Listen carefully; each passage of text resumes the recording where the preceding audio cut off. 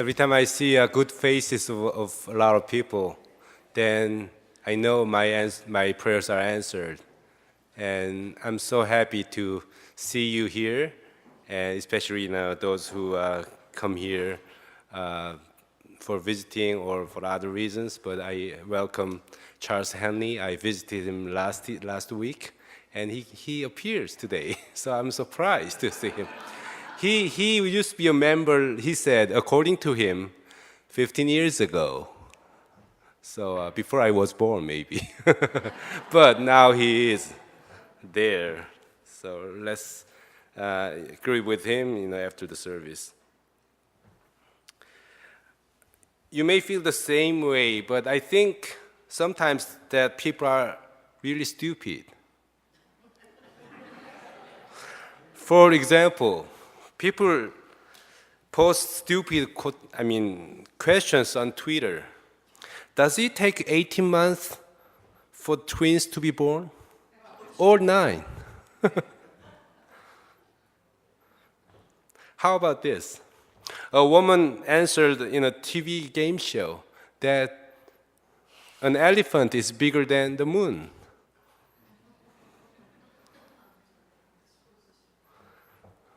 How about this?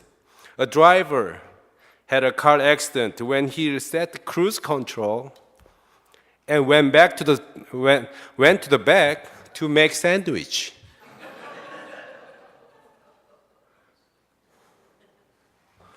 We know a lot of stories about people's stupidity. But when it comes to our own stupidity, we know we are not free from the blame entirely. Do you have your own version of stupidity or silliness? A friend of mine in Atlanta, Georgia, lost her car key in her workplace. All of her coworkers helped her find it.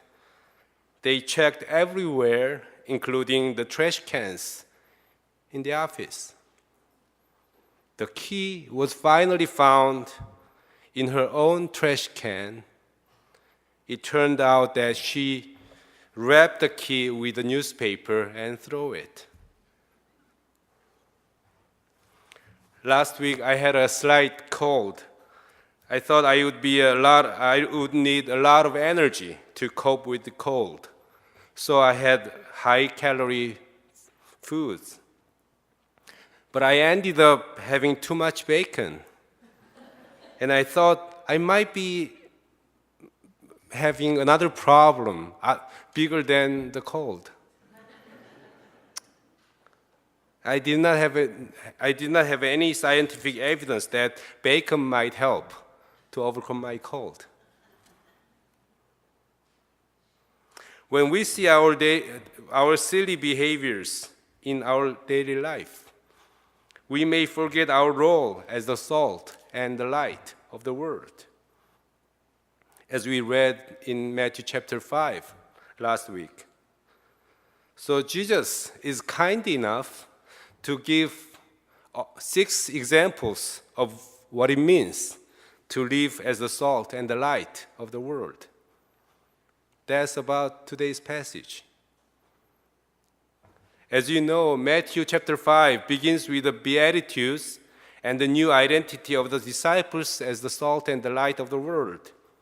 In today's passage, Jesus gives 4 examples out of 6 about murder, about adultery, about divorce, and oath. Before we talk about the examples Jesus described, it is important to discover how Jesus begins his 6 examples. For each example, he says, "You have heard that it was said to the people long ago, but I say to you." That means Jesus redefines the meanings of the law in order to restore its vitality. God's law loses its vitality when people take it legalistically or logically, without understanding who God is and why God gives his law to his people. Even though Jesus gives only 6 examples in chapter 5, we can consider other examples of how legalism ruins our relationship with God and with others. For the reason we may revisit the 10 Commandments. For example, God commands that you shall not make for yourself an idol of any form. You shall not bow down to them or worship them. This is the second commandment in the 10 Commandments. In a legalistic perspective, many Christians seem to be innocent because they don't make any image of God and worship it. Some people don't even wear cross necklace because of this commandment. Then what would Jesus say to them? Maybe he would begin his teaching in the same way. You have heard that it was said to the people long ago that you shall not make for yourself an idol of any form. But I say to you.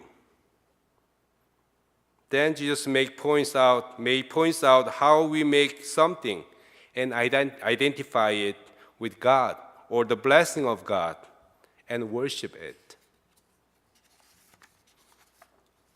We have many idols in our lives that we identify as our success and dream of life. But Jesus may say that they are only tools through which we may bear fruits of life before God, not the goals of life. We are eager to make a lot of money, but money can also ruin our life. We may hope our children to become a medical doctor or lawyer, but not all doctors or lawyers deserve our respect. As soon as we identify our desire and goal as the end, not a means to glorify God, we violate the second amendment, second commandment, not amendment. In today's passage of Deuteronomy chapter 30, God says, choose life so that you and your descendants may live, loving the Lord, your God, obeying Him and holding fast to Him. For that means life to you and length of days, so that you may live in the land that the Lord swore to give to your ancestors, to Abraham, to Isaac, and to Jacob. Choose life.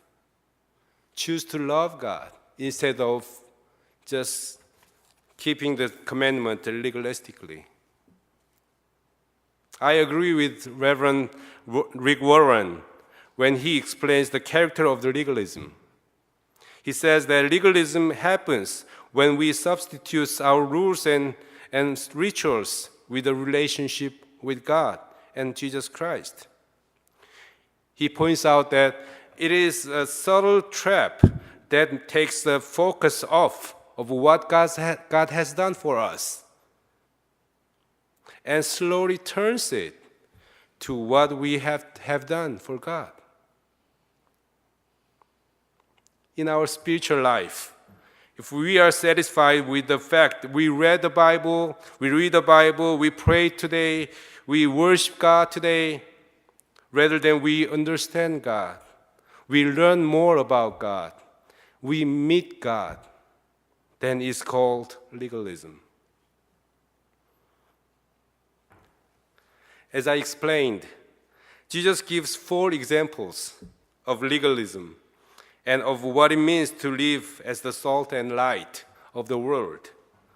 First of all, he mentions about murder. You have heard that it was said to those of ancient times, you shall not murder, and whoever murders shall be subject to judgment.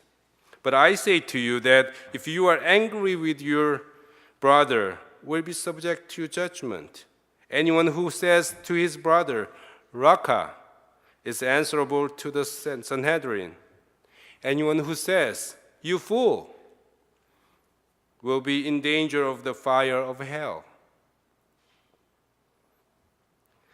Many of us find this example painful because we believe we have tons of justifiable reasons to get angry about anything.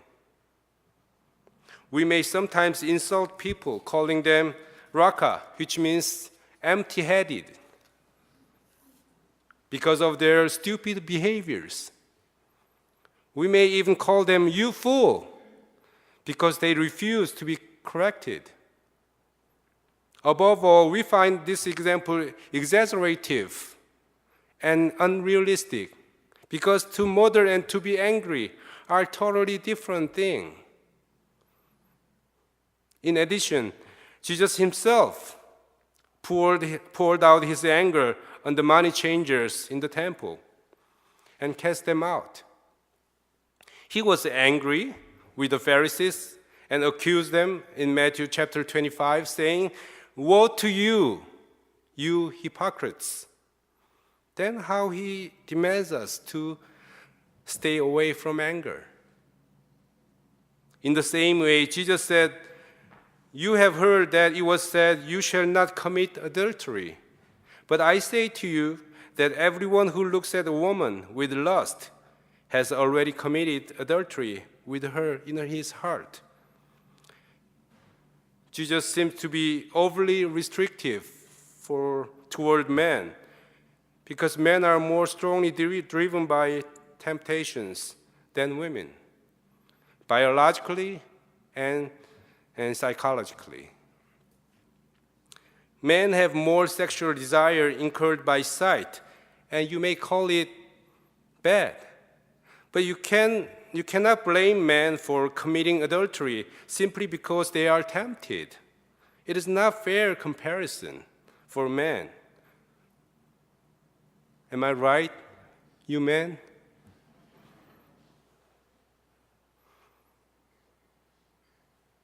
According to Jesus' instruction, a lot of men would have lost their hands, eyes, legs, or other parts of the body, and this world may be full of men who lost their limbs and eyes. Interestingly, Jesus mentions that a man's right eye would make him sin.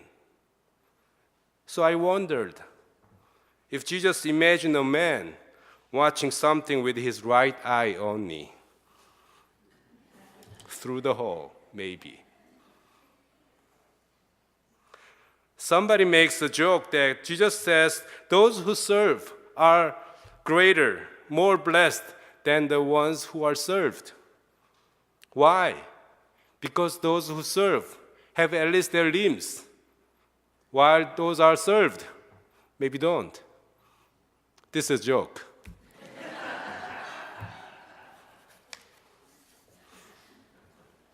Because of the exaggerative character of the example, there have been two extreme ideas about these teachings of Jesus. First, some people considered these words as moral lessons. Forget about murder. Forget about adultery. Those words were used for highlighting the points about anger, bad words, or lust. Second, some people argued that these teachings were based on the specific historical background of the time of Jesus. Accordingly, they don't quite fit our situations, thus can be ignored. However, these examples of Jesus have a lot more to offer to us. What does Jesus really teach us through the examples of murder and adultery? I believe Jesus tells his disciples about the very nature of human sinfulness, to view others as a means of their greed and lust, rather than putting them as an end. In the example of murder, Our translated Bible does not describe it clearly, but its original Greek text has the word eike in Matthew 5:22, which means without a cause or in vain. So the verse 22 should be translated as, if someone is angry with his brother without a cause, he will be subject to judgment. This anger is different from the anger of Jesus Christ when he cast out the traitors in the temple. His anger was toward the exploitation of the poor and the manifestation and manipulation of the temple system.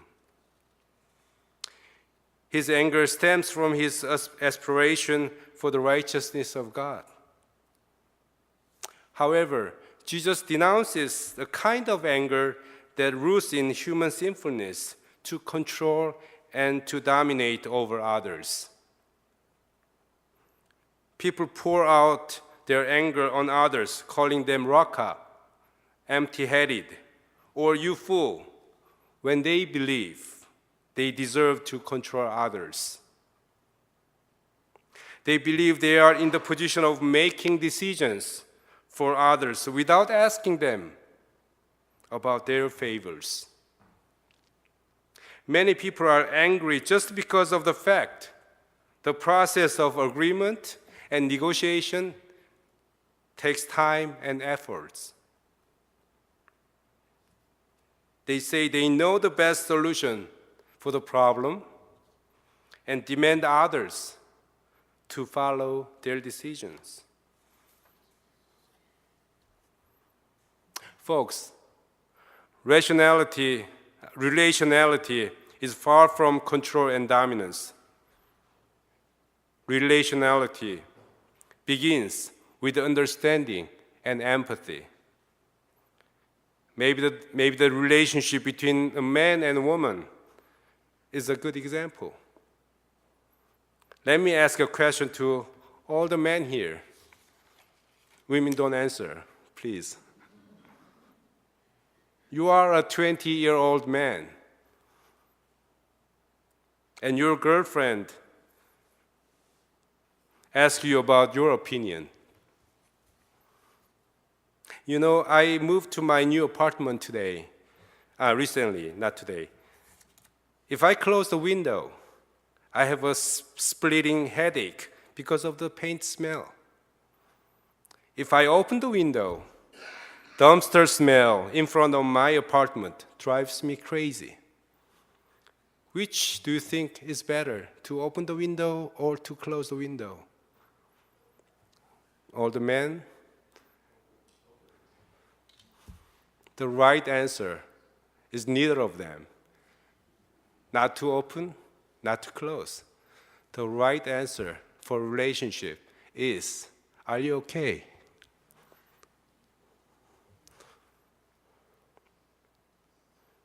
It is more about who is right or who is wrong, but more about how much we understand each other. That's called relationality. In his example, Jesus seems to say if anger is derived from the intention of control and dominance, it has something in common with murder. In other words, murder has already begun because we attribute the cause of our anger to another person, because we hate the existence of the other in my life. Violence is the result of the belief that one owns somebody's life, decision, attitudes, even the other person's emotions. Adultery is the same. The point Jesus makes here is not about the relationship between the lust and adultery. Jesus speaks of men regarding women as the mere object of their sexual desire, which is totally different from love relationship. When a man looks at a woman with lust, he is not interested in woman's personality, education, or any distinct entities in them that reveals who she is. He considers her simply as a means of his desire. In a survey in 2015, almost 1/3 of college male students answered that they would act on intentions to force a woman to sexual intercourse if they could get away with it. 13% of the students answered they would rape a woman if there weren't any consequences. What is the clear difference between lust and adultery when it comes to building relationship? Where is the line to draw between lust and adultery, between anger and murder? Both of them ruin relationships.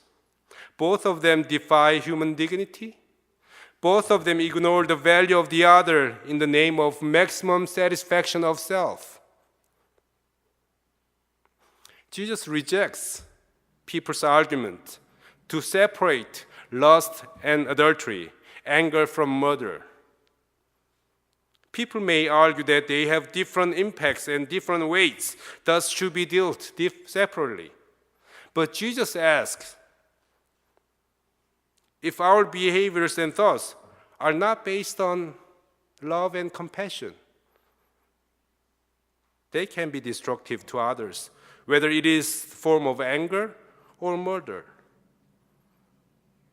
If our behaviors are not based on love and compassion, what difference does it make to differentiate murder from anger and hatred?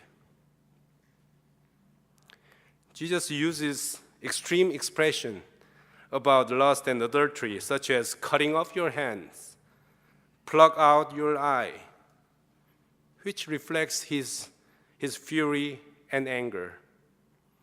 His rage is understandable when we learn about how much devastating the impact of the sexual abuse of any kind is to the victim for the rest of her life.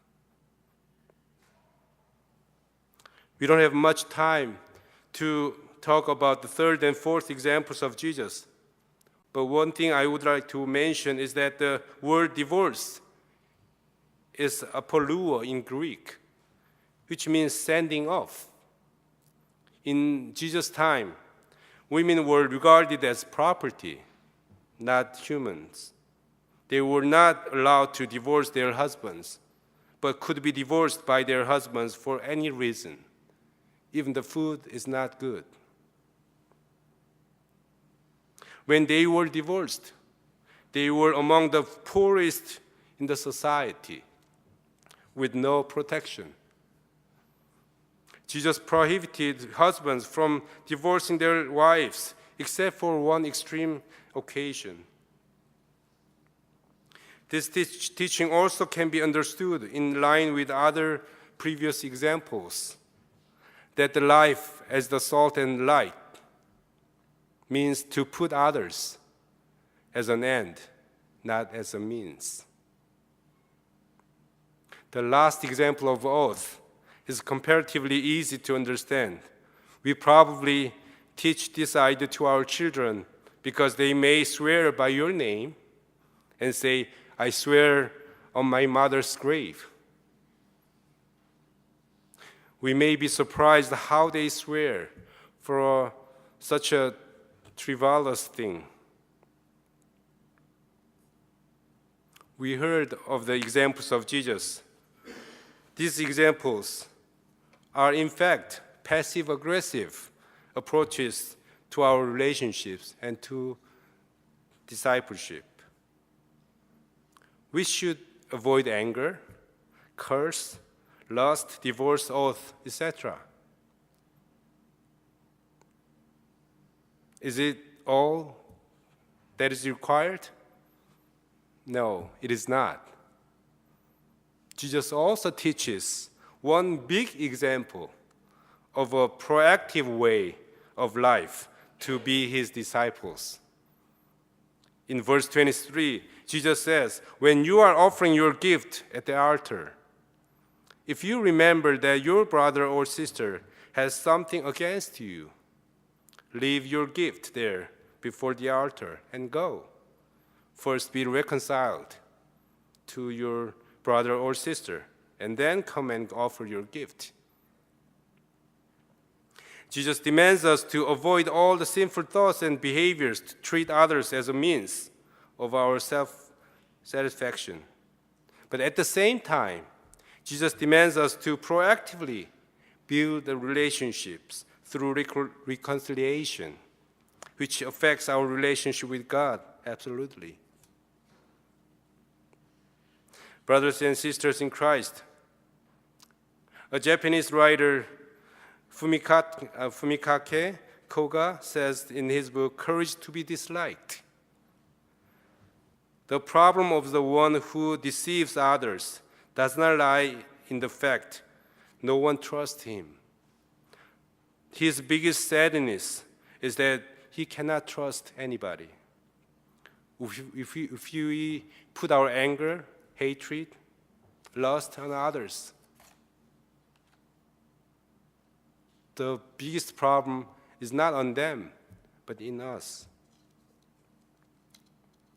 I began my sermon with the cases of stupidity. Maybe our biggest stupidity is to put our anger, lust, and to abandon people so easily at the cost of love and our relationship with them. It affects ourselves more than the ones who we hurt. Let's always examine ourselves so that we may avoid our desire to dominate over others and proactively seek for love and reconciliation in Jesus Christ. After all, Jesus assures us that we are the salt and the light of the world. Amen.